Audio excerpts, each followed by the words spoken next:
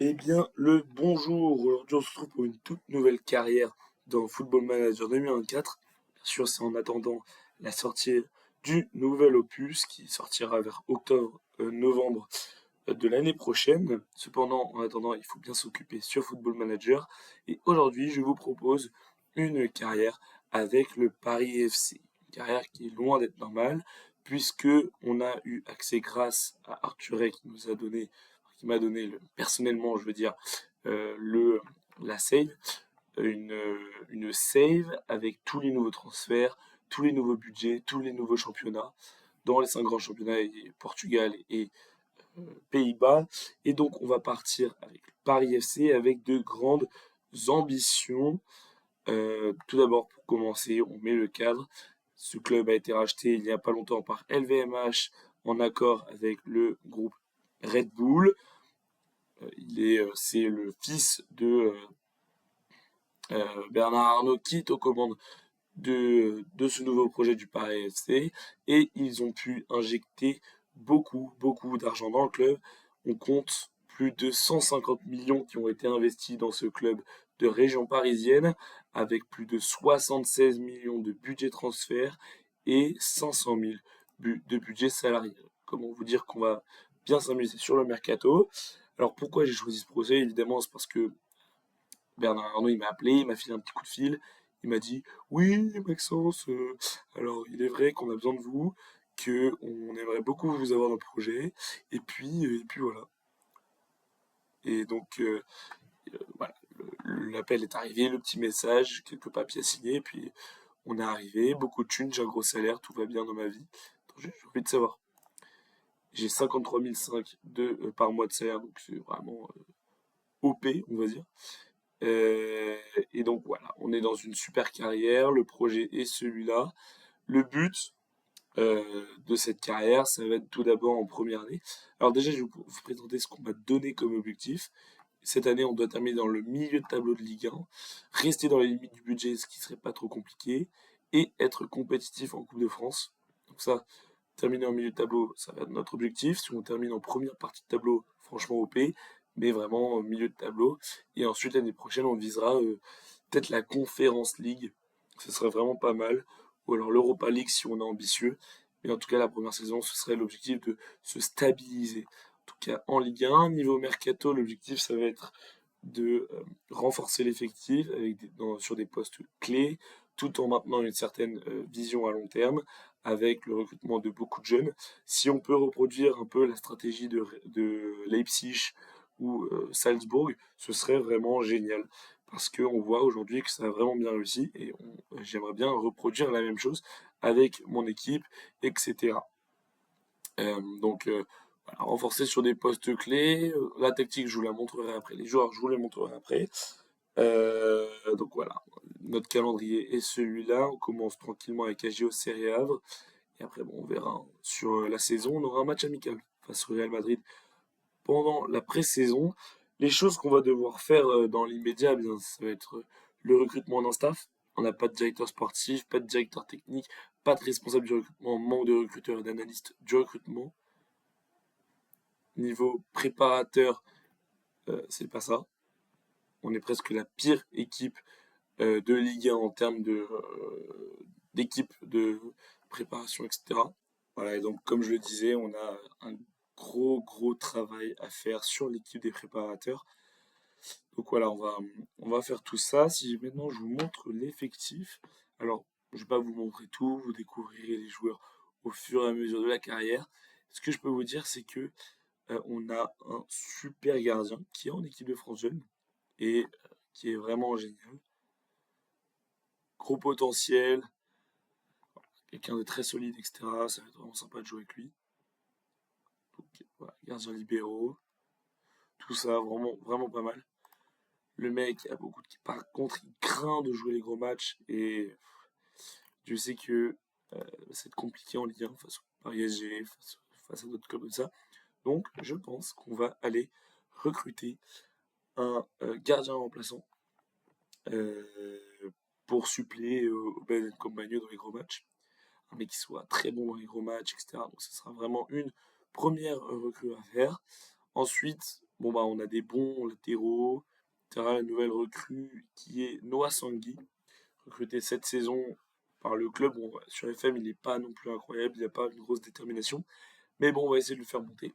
On va essayer de le faire jouer. C'est un bon remplaçant, donc ça devrait faire le taf. En défense centrale, malheureusement, on n'a que 2 défenseurs centrales.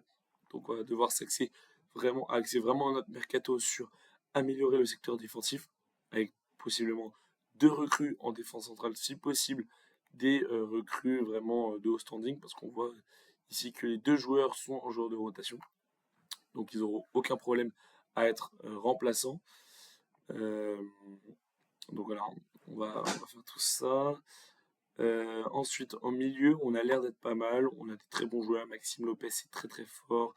Lohan Doucet, très gros potentiel. Adama Kamara, joueur solide. Et ensuite, on a Vincent Marchetti qui est voilà, un mec du vestiaire. Donc, au milieu de terrain, on va rien renforcer et tout. Sur l'attaque, j'ai remarqué qu'il nous manquait des gauchers. Il nous manquait des gauchers parce que je vais vous montrer la tactique après, mais on a besoin de gauchers sur le côté droit. Et en fait, le problème, c'est qu'il y a Ilian Kebal qui est gaucher, que vous connaissez tous, etc. Sauf que lui, bah, on n'a pas de meilleur milieu offensif. Et donc, on est obligé de le mettre en milieu offensif. Donc, soit on le déporte sur l'aile droite et on va chercher un milieu offensif de qualité, voilà, qui, je vous montrerai, aura un certain rôle. Soit euh, on reste sur ça et on va chercher un milieu droit. Attendez, excusez-moi, tomber malade en été, c'est vraiment pas génial. Mais bon, du coup, on a un secteur offensif pour le coup assez fourni, mais il nous manque juste ce milieu offensif central qui serait vraiment la goutte d'eau, la cerise sur le gâteau, si je puis dire. Et en termes de buteur, on a vraiment un super excellent buteur en la personne de Jean-Philippe Grasso, qui est très bon physiquement, très bon mentalement, enfin bon mentalement, très bon techniquement. Donc pour une première saison, en tout cas, il fera largement le taf. Il a l'expérience de la Ligue 1 dans toute sa carrière, donc ça c'est vraiment génial. Un peu vieux peut-être, donc on a une équipe assez vieille. Donc je pense que si on remplit et si on comble les postes à pourvoir, etc., assez rapidement, on pourrait se positionner sur des pépites et sur des prospects à très gros potentiel afin de faire changer de dimension ce club. Et donc dans les années prochaines, dans les années suivantes, pourquoi pas aller chercher des coupes européennes, mais pour l'instant, on va vraiment viser le milieu de tableau. On va vraiment aller axer notre mercato sur un changement d'effectif, sur un comblement d'effectifs avec la rentrée de beaucoup de bons joueurs. Du même style de Moses Simon, des joueurs qui connaissent la Ligue 1. On va beaucoup aller chercher en Ligue 1 dans des clubs comme Lyon qui sont en reconstruction, comme Lille, qui font du très bon travail, comme Nice, comme Lens, qui font du très très bon travail. Et après, on verra ce qu'on fait. Et voilà, voilà, maintenant si je dois vous présenter la tactique du club, ce sera celle-ci. On va jouer en 4-2-3-1, milieu MDMO, jeu large, en mentalité offensive, avec donc un gardien libéraux défense qui va pouvoir participer légèrement au jeu, sans pour autant se mettre en danger, en la personne de Nkambadio. Notre défense centrale pour l'instant, ce sera Coré et Mbo. Coré qui est très jeune. Non, c'est Mbo qui est très jeune, je crois. Non, c'était bien Coré qui est très très jeune. Et les deux sont corrects, mais bon, on va aller chercher voilà, des titulaires. Touraine de Smet, ça va pas bouger, je pense, pour la première saison. Ils font le taf. 3 étoiles d'après mon staff. Peut-être que ça va changer avec le nouveau staff, mais on verra. C'est des joueurs qui sont assez complets, qui physiquement, ça va. Dans le rôle que je leur demande, c'est-à-dire en latéral offensif d'attaque, ils sont pas mauvais du tout, assez complets, l'un comme l'autre. Surtout que De Smet, il a prouvé la saison dernière qu'il pouvait être au rendez-vous, donc ses stats ont assez gonflé par rapport aux années précédentes. Il a en plus l'expérience de la Ligue 1, donc ça devrait le faire. Milieu de terrain, je vous ai dit, Lopez qui est vraiment, vraiment génial. Ce mec, faut le garder, vraiment. On pourrait même le faire jouer en milieu, en meneur de jeu avancé soutien, ce qui donc nous ferait recruter un milieu défensif. Ça, vous me le direz dans les commentaires, mais on en discutera ensemble. Tous ces très gros, très très gros potentiel. Ce mec est génial, qui vient du FC Nantes, a glow up ces dernières années. au Paris FC, donc ça c'est super. Je vous avais dit donc que Keba, je l'avais repositionné en meneur de jeu avancé. Ça lui convient plutôt bien. Après, il a une mauvaise inspiration, donc peut-être qu'on changera, peut-être qu'on le déportera sur l'aile droite et on ira recruter un meneur de jeu. En attendant, ce mec est vraiment génial. Il a une très bonne. Bon, n'est pas à l'aise dans les grosses rencontres. J'ai l'impression que mon équipe n'est pas très à l'aise dans les grosses rencontres. Ce qui sera, pardon, un axe d'amélioration sur les prochains mercatos, puisqu'on doit bâtir une équipe capable de se battre en Ligue 1 pour le milieu de tableau, d'aller chercher des Coupes d'Europe, d'aller chercher des victoires face au PSG, à Marseille, à Lille, à Monaco, d'aller chercher des résultats importants si on doit jouer les barrages, etc., etc. Et donc, c'est sur ça qu'on va axer vraiment notre mercato. Moïse Simon, que vous connaissez sûrement, très très très très bon prospect, qui nous vient en provenance de Nantes, comme le petit Doucet, et qui nous permettra donc d'avoir plus d'expérience, sachant que la saison dernière, il a vraiment fait une saison d'exception, avec, bon là c'est pas noté, mais avec plus de 5 buts. Donc c'est la saison dernière, mais la dernière saison, il a marqué 8 buts, 12 passes D, donc 20 goal assists, ce qui est vraiment pas mal, hein, on va pas se mentir. Et enfin, Grasso, je vous l'ai déjà présenté, le banc sera celui-ci. On va clairement chercher à améliorer le banc aussi, puisque déjà on a une équipe vieille, on a beaucoup de joueurs sur le banc, mais des joueurs qui ne sont pas forcément confirmés et qui n'ont pas forcément le niveau de la Ligue 1. Et j'aimerais avoir possiblement 2 équipes capables de jouer des matchs de Ligue 1, donc 2-11 possiblement titulaires. Et on a l'argent pour, donc on ne va pas se priver. On a, je rappelle, 76 millions de budget transfert, ce qui est vraiment génial. On a un petit jeune que je ne vais pas promouvoir maintenant en équipe première. Cependant, je vais le proposer à des clubs en termes de prêt afin qu'ils prennent du temps de jeu. Est-ce que je peux pas? Non.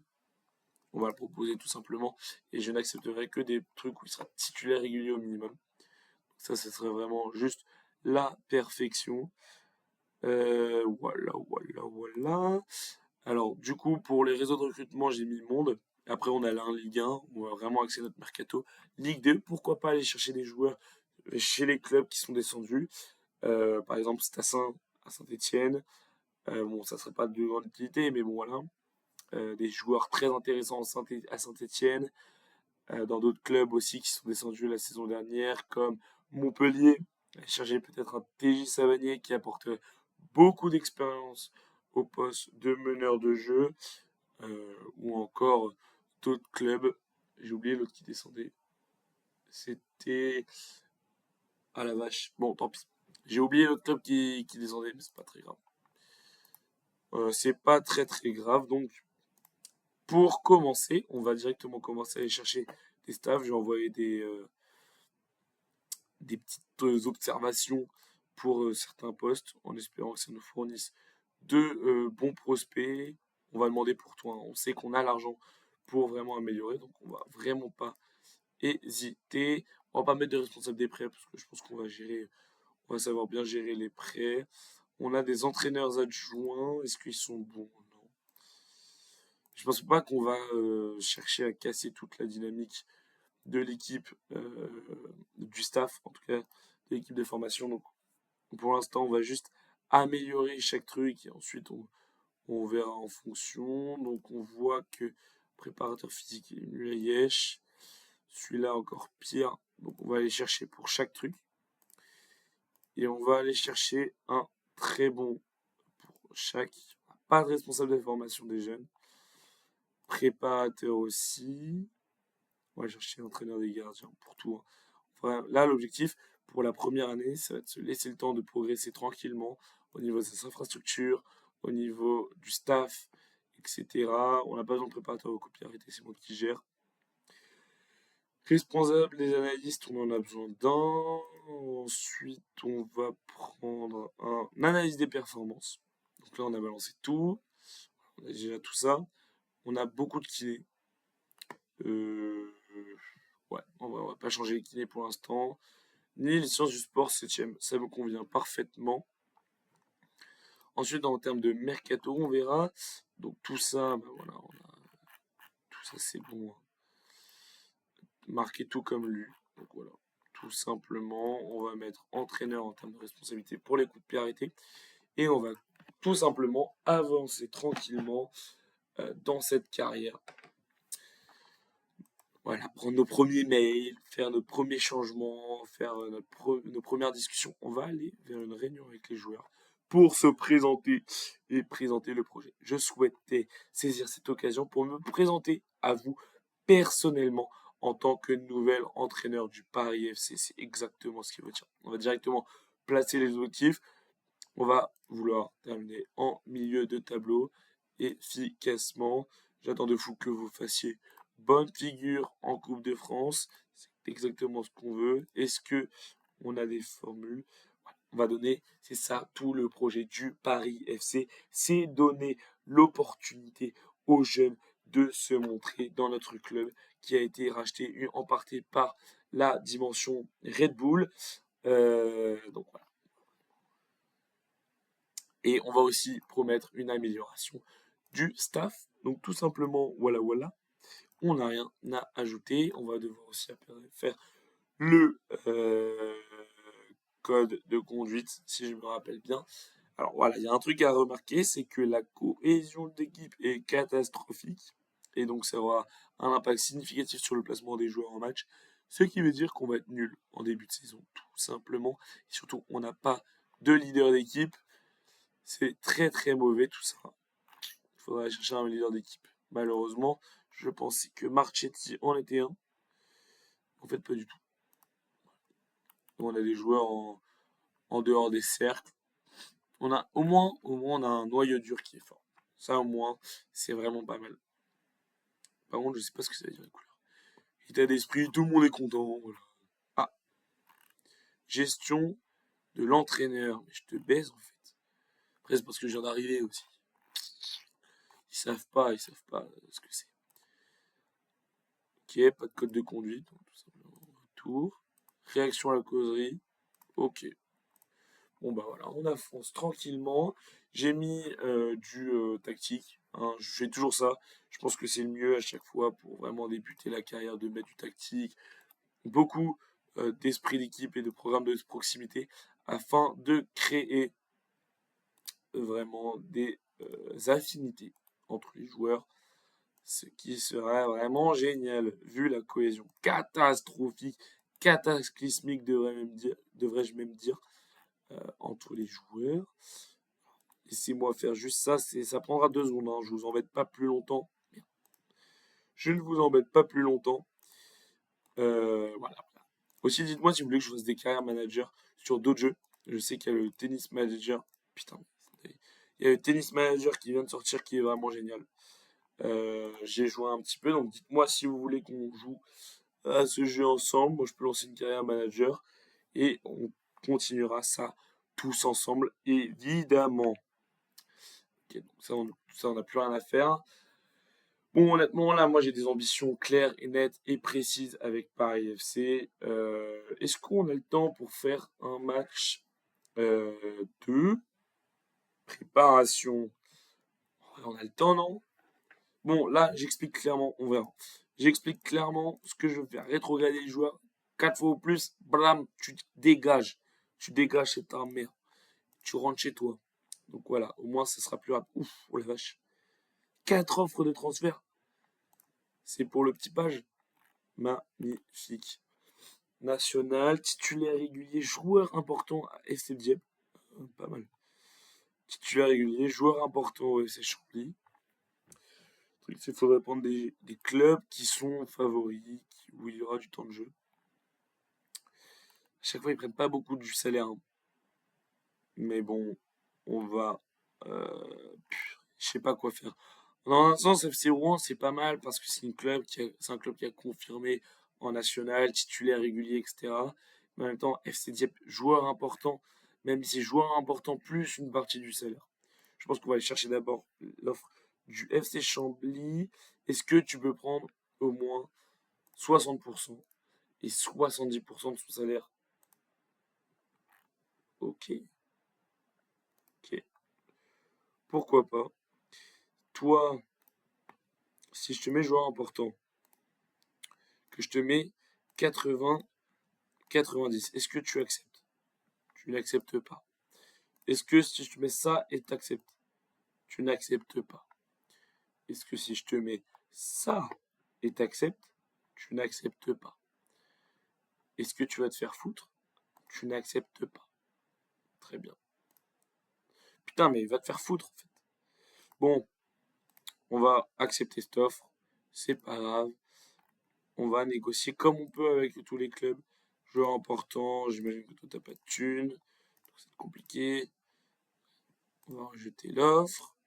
Et ensuite, FC Rouen, la meilleure offre, je pense. Déjà, est-ce que tu acceptes joueur important? Merde, je suis idiot. Très bien. Bon, bah, c'est pas grave.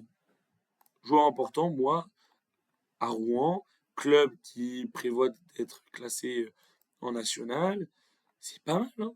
Franchement, c'est pas mal. D'ailleurs, oui, sur cette save, il y a aussi la Nationale 2. Donc ça, c'est vraiment cool. Moi, je me tâterais bien en même temps que la carrière, par essayer de faire une carrière en National 2, si vous voulez en live, d'ailleurs. Ça pourrait être une bonne solution. Ok, bon. J'espère que Enzo Page il va partir à Rouen, parce que je pense que c'est là-bas qu'il déjà, il aura le plus de temps de jeu.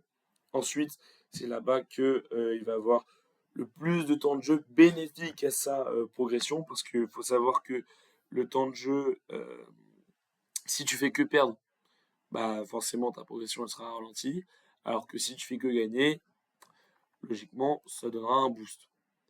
Donc c'est pour ça que j'aimerais bien qu'il aille à FC Rouen, parce que là-bas au moins bah c'est au tableau national quoi. Donc oula c'est quoi ça? Bon, nique sa mère, t'es nul, tu pues, donc tu n'as aucune importance à mes yeux. Bon allez, on va faire une petite conférence de presse. Bon, moi je sais pas, moi, ça me casse les couilles honnêtement. Les conférences de presse, c'est vraiment pas ce que je kiffe. Souhaitiez-vous renforcer? Oui, défenseur central. Ça, c'est une bonne question. Voilà. Hop, parfait, parfait. Nickel. Sound of the police. Ouais. Pas de gros mots dans nos vidéos. Je pense qu'on aura le temps de faire le premier match, hein, quoique. Moi, je pense qu'on n'aura pas le temps. Bon, alors, on va. Oh, putain, on fait une tournée aux États-Unis. Ça, c'est super, ça. Est-ce que. Alors, on va répondre tout simplement. Hop, on va choisir toute l'équipe. Même aller chercher le petit.